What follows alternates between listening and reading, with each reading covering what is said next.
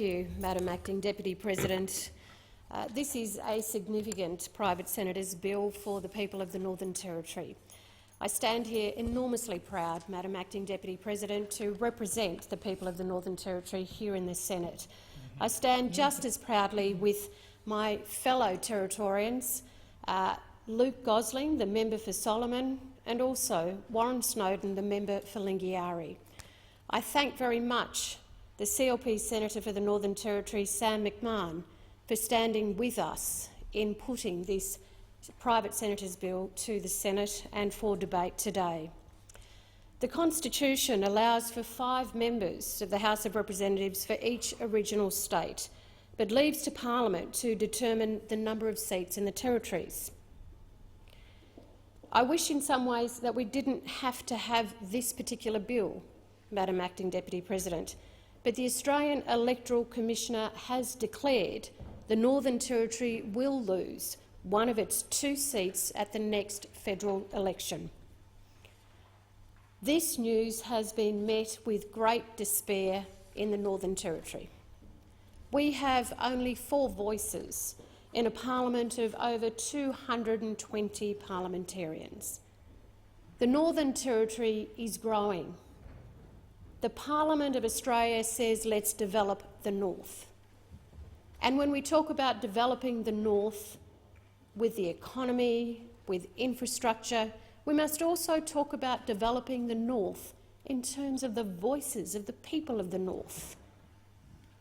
By removing a voice diminishes all of our voices. And I am urging senators to get behind this bill.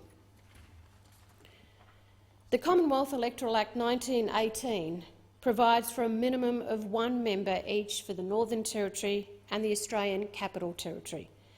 A single seat in the House of Representatives would mean 1 member of Parliament representing more than 250,000 Territorians in an electorate of over 1.4 million square kilometres, an electorate that is 30% First Nations people and which has a population undercounted in the census.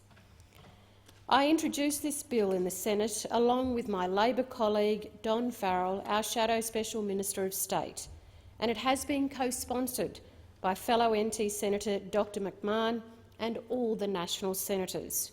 We understand, Madam Acting Deputy President, the importance of fair representation for regional, rural and remote Australians. And we understand that the Northern Territory's 72 remote Indigenous communities, 500 homelands and 40 Indigenous languages. In fact, there's more than 40. They're the strong ones. There's actually over 100 Aboriginal languages in the Territory. The case for the 2 seats in the Northern Territory is about fairness for remote and regional Australians. It recognises the huge geographical area of the Northern Territory, 6 times the size of Victoria and almost double the size of New South Wales. It recognises that with 2 seats, the population in each is still not far below the national average and is significantly more than the 5 seats in Tasmania. Now, this is by no means any disrespect to my colleagues in all of the other states, but it's important in terms of justice and fairness, in terms of democracy, and that's what this bill is about. This bill has been referred to the Joint Standing Committee on Electoral Matters, which gave us an opportunity to hear from those Territorians who will be affected by this change. The inquiry is considering more than 50 submissions on the issue and have heard from more than 20 witnesses. The overwhelming majority of these support maintaining our 2 seats in the Northern Territory. They included submissions and evidence from the Chamber of Commerce Northern Territory, the Land Councils of the Northern Territory, the 4 of them, Central Land Council, Northern Land Council, Anandili-Aqua Land Council and the Tiwi Land Council, Aboriginal Medical Services of the Northern Territory, Australian Nurses and Midwifery Foundation of the Northern Territory, the Chinese Literary Association of Christmas Island, the CPSU, the Multicultural Council of the NT, the Australian Greens and the Leader of the Country Liberal Party in the Northern Territory, Leah Finocchiaro, and many more.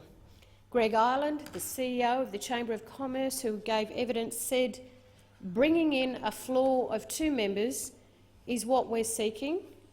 We'd actually love it to be law. That would at least allow a stronger voice inside Parliament to assist with those challenges that we face." Marion Scrimgeour, CEO of the Northern Land Council, said returning to a solitary seat would heighten the effective disenfranchisement amongst Aboriginal Territorians. Sarah Cook from the Isolated Children's Parents Association said a single electorate would undoubtedly limit the representation of remote communities and remote families in federal parliament. Sarah says Lingiari is a massive landmass. There are many, many layers of need and disadvantage. We are already competing for air in those factors, and we really think it's unreasonable to further limit us by reducing it to just a single person. Sarah Cook gave evidence over the phone from her car in Katherine and told the committee she was about to drive home, 10 hours sitting on an open highway. And from Christmas Island, let's not forget the most important Indian Ocean territories that come under the Northern Territory, Christmas Island and Cocos Keeling Islands. From Christmas Island, Chris Sue wrote that travelling a single Northern Territory division would take more than 2 weeks and no less than 4 international airports and 2 ferries. He said the distance from the Cocos Keeling Islands to Alice Springs, as the crow flies, is 4,113 kilometres. Dublin to Cairo is 3,975 kilometres. 4,000 kilometres is 1/10 of the circumference of the Earth. These are the passionate submissions coming from people right across the Northern Territory Lingiari electorate. Bawinanga Aboriginal Corporation, based in Malarndirri or Arnhem Land, one of the most remote corners of the current electorate of Lingiari, put in a powerful submission, and I'd like to read quite a bit from their submission. They suggested redistribution of the NT electoral boundaries legitimately diminishes Indigenous Territorians' right to representation and ultimately justice. They described the idea that one MP could be an effective voice for the most disadvantaged Australians in an electorate spanning 1.4 million square kilometres makes a mockery of representation. The census data is not accurate and underestimates the number of people living in the region. Many local Aboriginal people are not registered to vote. Even when they are, voting rates are low compared to the rest of the country. This means that our local people are already disadvantaged when it comes to representation. I also want to share with the Senate the voices of individuals who've spoken to me about this issue, who've signed the Labor petition on this matter. I've certainly spent the past month travelling across vast areas of the Northern Territory, and I've been speaking to people from Yirrkala, Banyala in north-east Arnhem Land, to people from Timber Creek and Yarralin towards the West Australian border. I've been speaking to people in Darwin, in Alice Springs, Katherine and Tennant Creek, and in particular Kalgoorlie, the home of the Gurindji, the site of the 1966 Wave Hill Walk-Off, which at the weekend marked its 54th anniversary. Some of you may have seen an article in the Australian newspaper last week, a plea from the children, the grandchildren of Vincent Lingiari to the Prime Minister. In a letter to Prime Minister Scott Morrison, the grandchildren of Vincent Lingiari, Deborah Vincent, Sunny Smiler, Rosie Smiler, Jocelyn Victor and Lisa Smiler, called on the Prime Minister to support this bill in the Senate and in particular when it reaches the House of Representatives, which we seriously hope that it does. They wrote, in 2000, we gave permission for the Australian Electoral Commission to use our grandfather's name for the electorate of Lingiari. We were proud to see the achievements of Vincent Lingiari and the Gurindji people recognised in this way. Losing a seat will make our voices softer, not louder. Right now, we ask you to listen to our voice and help us to protect our voice. The voice of remote NT will be diminished without strong representation. It's really important for the Senate to recognise the significance of that letter in particular to the Prime Minister and the importance from a cultural perspective of First Nations people giving permission for a name like Vincent Lingiari to be used in the parliament for a seat in the House of Representatives. The families had no idea of what this decision meant in terms of the Australian Electoral Commission. No one had spoken to them, no one had explained as to why the name of Vincent Lingiari may not be going forward. In my travels, I do explain to Territorians what we're fighting for: fair representation in the Northern Territory, for a voice for remote and regional Territorians, for democracy, and they are absolutely quick to get behind me. And I say to the people of the Northern Territory, let's stay strong on this. We deserve to grow in every aspect of that word, grow in the economy, grow in our infrastructure, grow in our population, and most importantly, grow in our democratic rights here in the Australian Parliament. Labor has garnered over 3,000 signatures from across the Territory and Australia on its petition, and we're not stopping there. We will continue with that petition. I will table that petition to the Senate later in the year. Petitioners include Erin Lucas from Ludgermanu. One representative to service the whole of the Northern Territory is unreasonable, unrealistic and, put simply, unfair.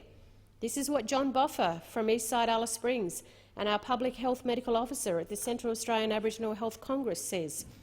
The population counts are not accurate, and marginalised people need to know their politicians if they're going to be motivated to vote. We must retain 2 seats. And this is what Raquel, Nichols, Skeen and Brinken says on the petition.